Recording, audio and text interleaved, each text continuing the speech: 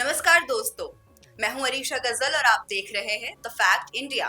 दोस्तों, राजस्थान का बाड़मेर एक ऐसा इलाका है जो हमेशा किसी न किसी वजह से सुर्खियों में जरूर रहता है। और इस बार वजह बनी है एक बॉडी, एक शव का अंतिम संस्कार। जी हाँ, सुनने में भले ही छोटा मुद्दा लग रहा होगा, लेकिन इसके पीछे एक बड़ा सामाजिक और राजनीतिक पहलू भी छुपा हुआ है।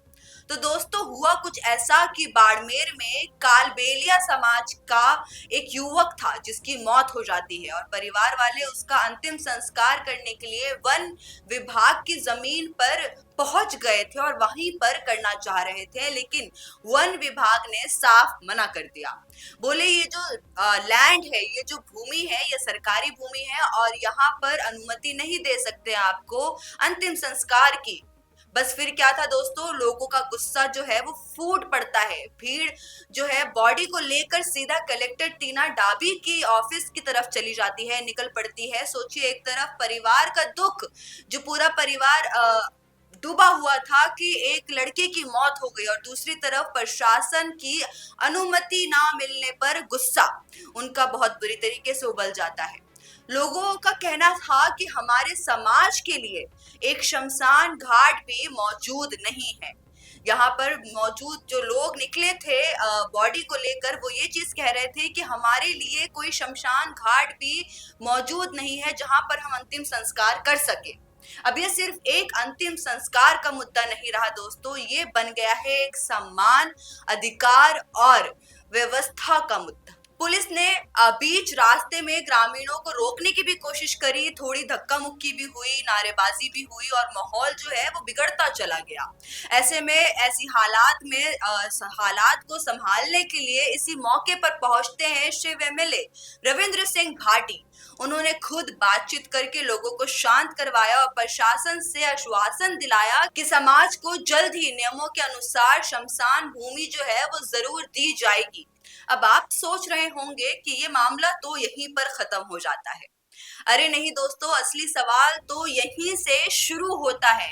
क्यों हर बार समाजों को अपने हक के लिए इस तरीके से सड़क पर उतरना पड़ता है, नारे लगाना पड़ता है और सरकार से लड़ना पड़ता है?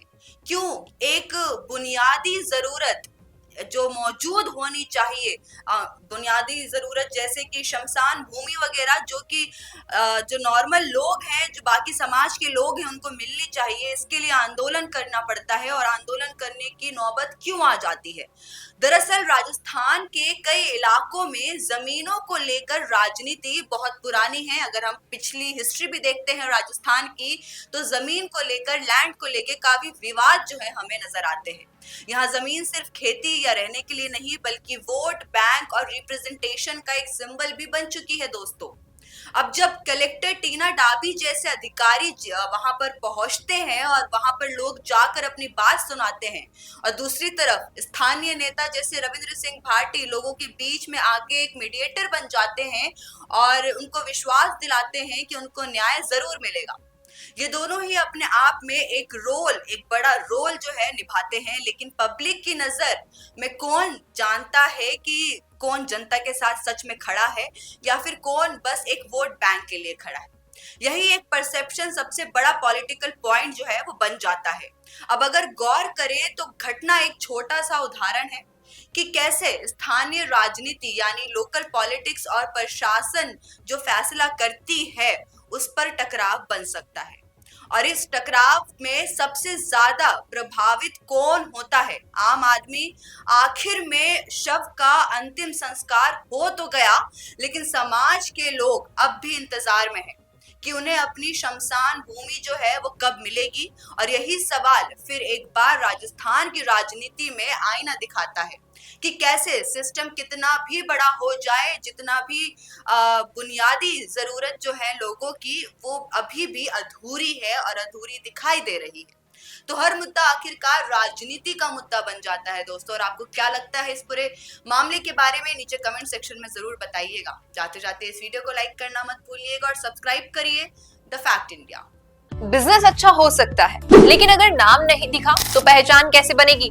अब टेंशन छोड़िए, द फैक्ट इंडिया आपके बिजनेस को देगा वो पहचान जो पूरे राजस्थान में हर किसी तक पहुंचे। न्यूज चैनल पर विज्ञापन, पॉडकास्ट और प्रमोशन के जरिए आप सीधे 5 लाख सब्सक्राइबर और 10 करोड़ से ज्यादा व्यूज तक अपनी पहुंच बना सकते हैं। तो देर किस बात की, आज ही द फैक्ट इंडिया से जुड़िए और अपने बिजनेस को बनाइए हर घर का नाम।